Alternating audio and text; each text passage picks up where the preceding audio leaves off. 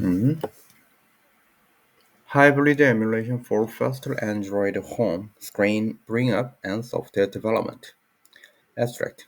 SoC software bring-up and each validation are usually done at post-silicon stage, which can affect time to market a product and cost of a silicon spin.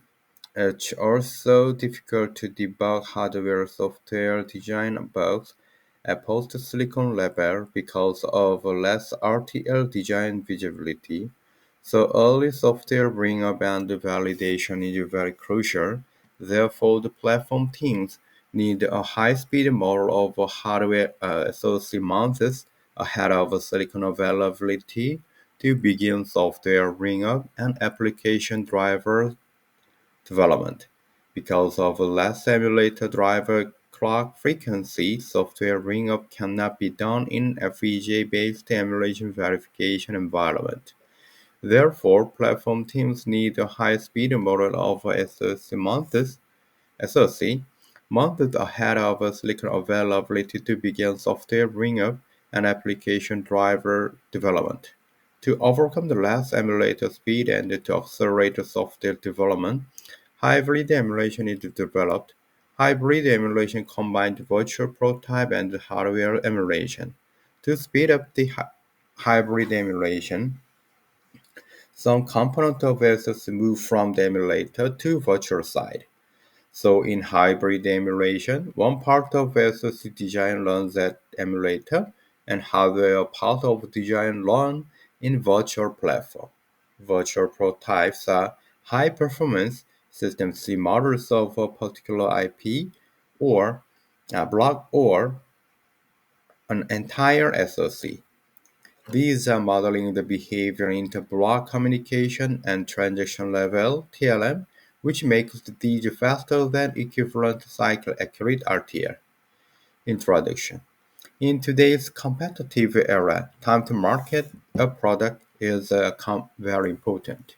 SoCs are becoming increasingly complex, so early software development and verification is very crucial. Design teams cannot afford mistakes when making critical architecture decisions, affect performance or other requirements early in the development processes. SoC software bring up and each validation are usually done at a post-silicon stage, which can affect time to market a product and cost of silicon spin. It's also difficult to debug hardware software design bugs at post-silicon level because of less RTL design visibility. Therefore, software teams need a high-speed model of the SoC months ahead of silicon availability to begin application development. So it is viable to develop the software much early at pre-silicon.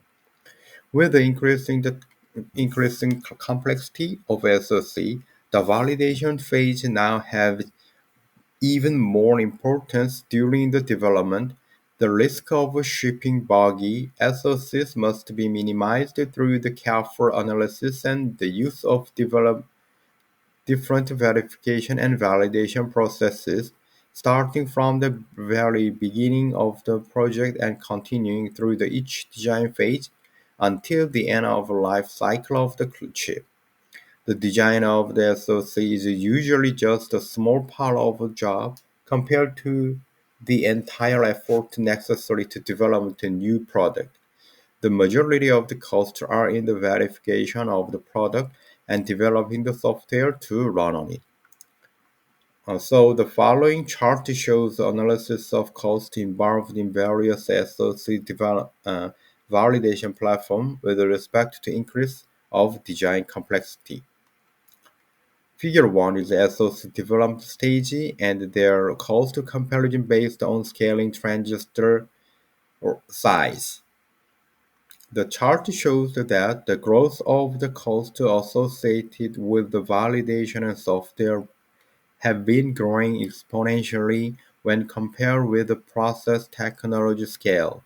This is the reason why they both see a dramatic rise in importance not only at the end of a design phase but from the beginning of the project where the hardware design, verification, and software are performed simultaneously. The chapter 2 is high performance emulation methodology, need and impact.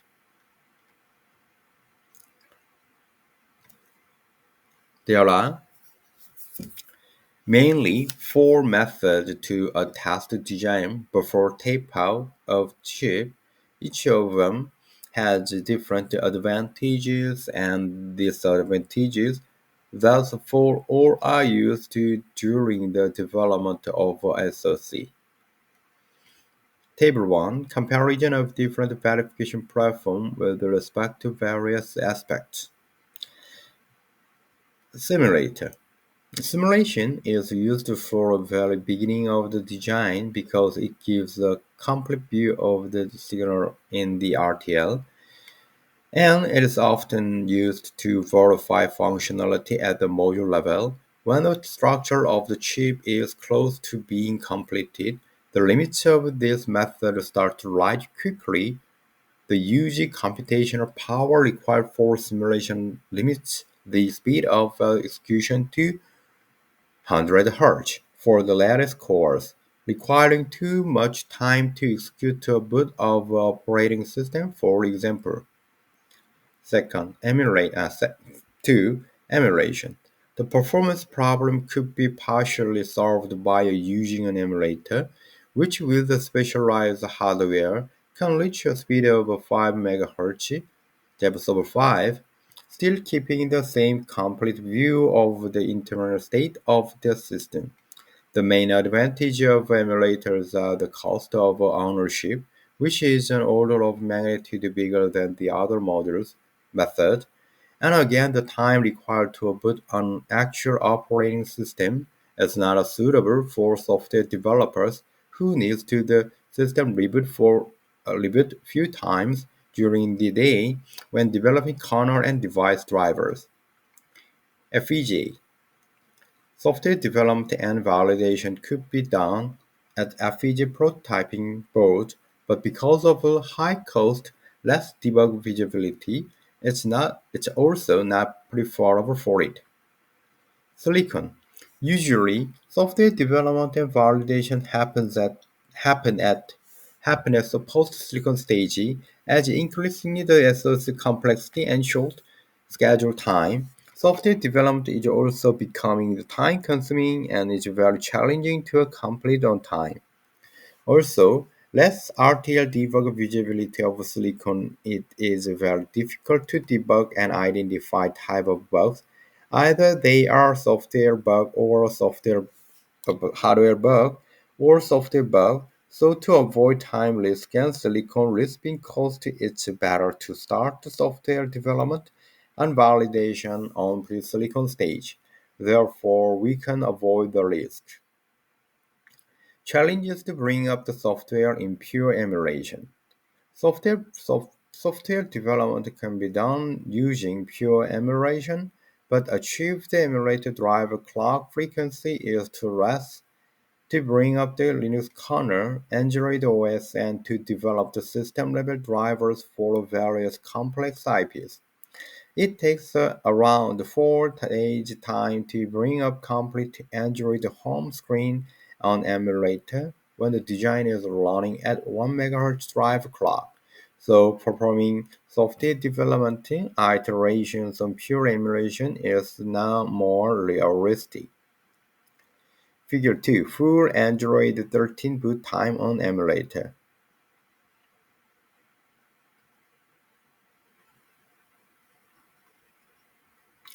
To overcome less emulator speed to accelerate software development, hybrid emulation is developed.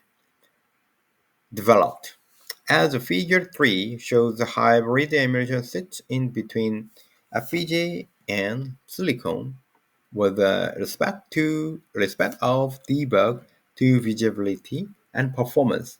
So hybrid emulation has better perform to emulation and FPGA, which also helps easier perform upgradability and debug software bring up due to better RTL design debug visibility compared to post-silicon. Furthermore, because of full design visibility of hybrid emulation, it significantly helps users to debug any software or any hardware or software issues and verify corresponding fixes against the accurate virtual model with a quick turnaround time. Hybrid emulation support or emulator debug features along the software debugger like Waveform DOM and Tray32, TML debugger, and trajectory and adaptive debugger through log levels. Figure 3 Hybrid emulation debug feasibility versus performance. Chapter 3 The Hybrid Emulation Introduction. Hybrid emulation combines the virtual prototype and hardware emulation. Hybrid emulation is done when part of the design runs on the emulator and other part runs in virtual prototype. Hybrid platform has two domains: virtual platform side TLM VDK, CPU, GIC, and MCT UART, Paris Storage DM, emulation side RTL, bus emulation controller, MNM IPs, and others. Figure 4 is hybrid emulation. A. The virtual prototype component. Virtual prototypes are high-performance System C models of an entire SoC, a particular block, or a system model.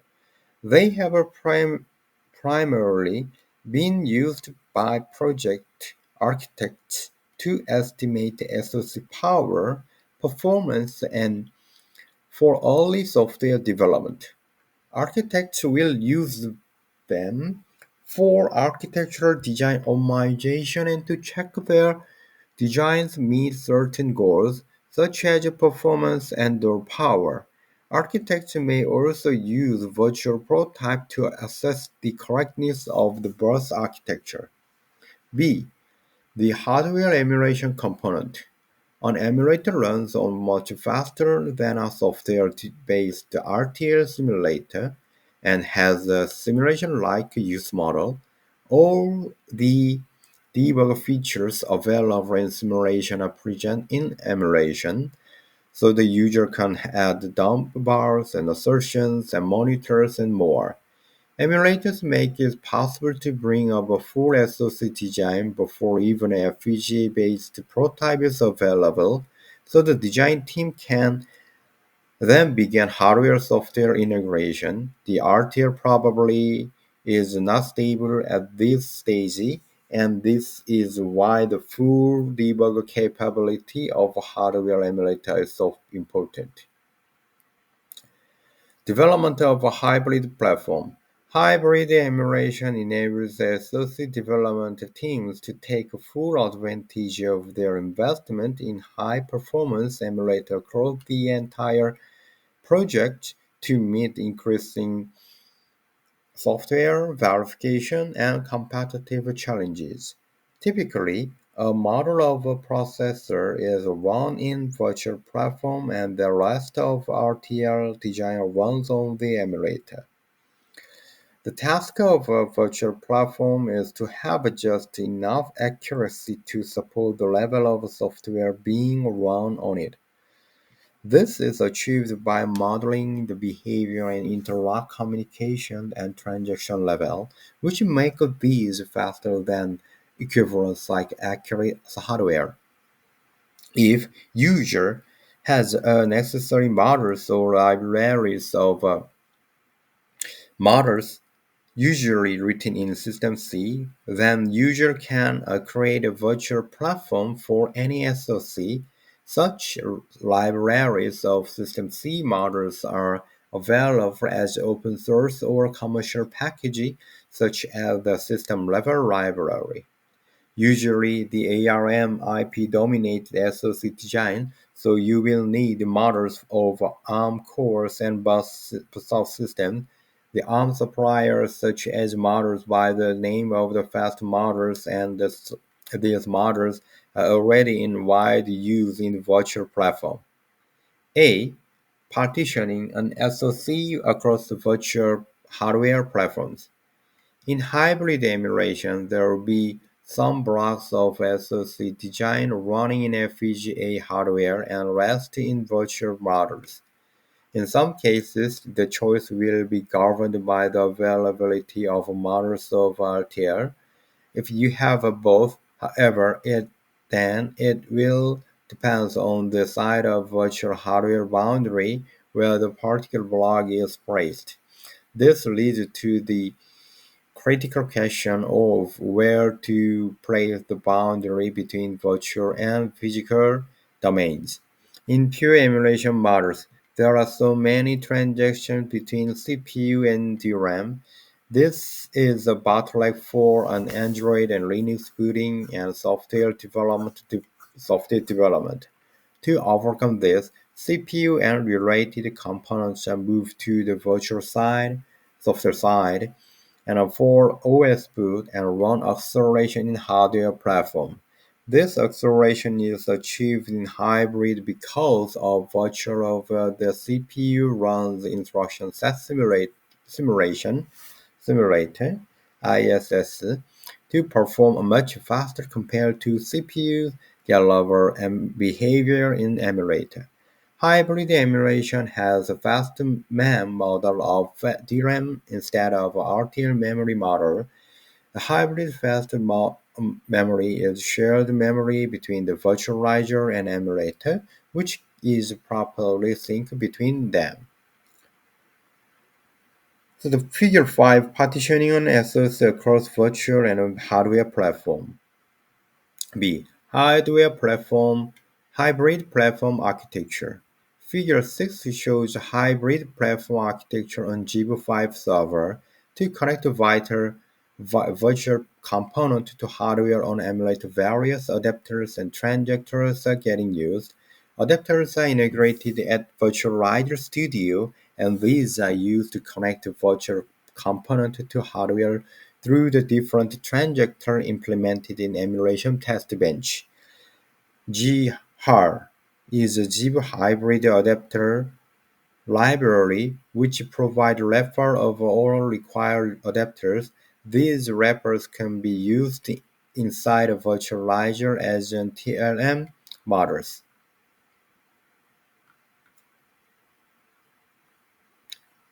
The Figure 6 hybrid platform architecture. As we discussed above, while building Linux kernel, most of the transaction happens between CPU and DRAM. To reduce CPU to DRAM memory access latency, shared DRAM memory is developed in hybrid platform. In shared memory, we have DRAM GRM memory on emulator and shared memory at virtual side, which are properly synced through the transducer to minimize software virtual and emulator transaction. Figure 7 is shared DRAM memory model in hybrid emulation. C. Debugging method. In many validation platforms, supported debugging methods are very important. Hybrid emulation supports various software and hardware debugging methods to debug any encountered bugs while developing software. Below are a few debugging ways which hybrid emulation support. TLM transaction debug through the chart view. Through debugger through VP disassembly feature and T32 debugger. Transaction and adapter debug through the different log level support. For its hardware debug through waveform dump in Verdi. First two debug mode methods usually used to debug software bugs by putting breakpoints, bypass the function, forcing the register, and dumping the memory through T32 debugger. third debugging method is used to debug transition between software and hardware through the various adapters supported logo levels. Fourth method is used to debug RTL functional behavior through waveform dump inverted. D. Challenges and limitations. One challenge with the hybrid emulation approach is that can generate insane amounts of data very fast. As a result, there is often a window of a million or cycles that are recorded can be used when a bug is encountered in investigate the root cause. However, running a software and emulation and doing a soft system boot or bring up a software may take billions of instructions. The point at which the bug was injected by an unexpected behavior, and the point at which it is first observed may be too far apart from a million cycles windows to be useful. Therefore, it's a little bit difficult to debug software bugs in System C models, while in a pure jailbreak, software debugging is easy because the whole SoC runs on hardware. Hybrid emulation has some limitation. As in a hybrid emulation, we use the System C and TLM models of some SoC components, which does not support cache coherency. So while software developed through hybrid emulation, we need to disable cache coherency. One more limitation on fast models has it does not support multi-core simulation, so we also need to disable SMP while developing Linux kernel and Android home screen. Chapter 5 Result and Benefits Pure Emulation versus Hybrid Emulation. Software product times shown in Table 2 taken from our complex Exynos SoC, which has almost 2 billion gauge count. As the Table 2 shows, in simulation, software development is unrealistic because of less runtime performance. An emulation platform takes almost 4 days to bring up a full reduce full Android time screen. Therefore, pure emulation platform is not preferable to bring up software where we need to run many iterations while developing software and drivers. Hybrid emulation takes almost 2 minutes to boot Linux kernel, 12 minutes to get an Android logo, and a total 72 minutes to bring up Android home screen on display panel. Table 2 Software bring up time comparison in various platforms. Figure 7 is a snapshot of Android logo and home screen on display panel. So 6. Future scope. A. Enabling CPU benchmark. In hybrid emulation, to enhance performance, we black out rear RTL CPU from emulator and integrated ARM release SoC a System C fast model of a corresponding CPU at virtual side. So it's not possible to perform any CPU benchmark in hybrid emulation. We are trying to enable perform CPU benchmarks in hybrid emulation through gear shift methodology.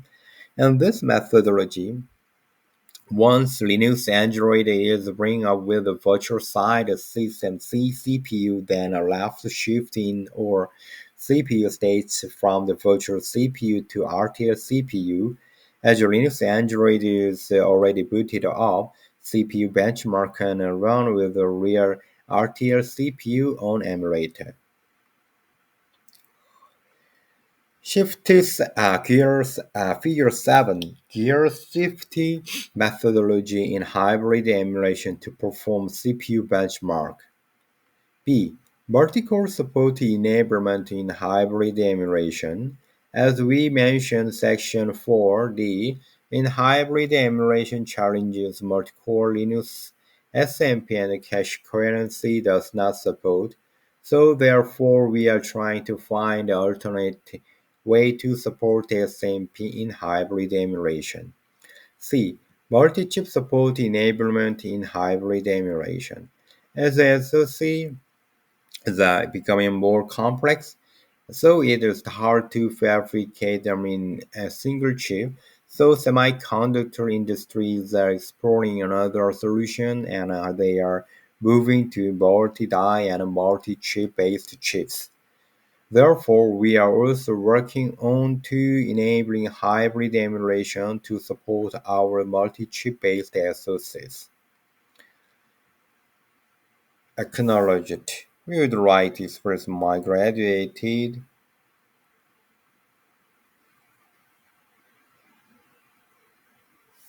the teams. The references? Okay. Thank you. Today I read this paper of the TVCon 3 2023. TVCon 2023 Europe is 10-year anniversary. The hybrid emulation for faster Android home screen bring up and software development. Thank you for your time and see you next time.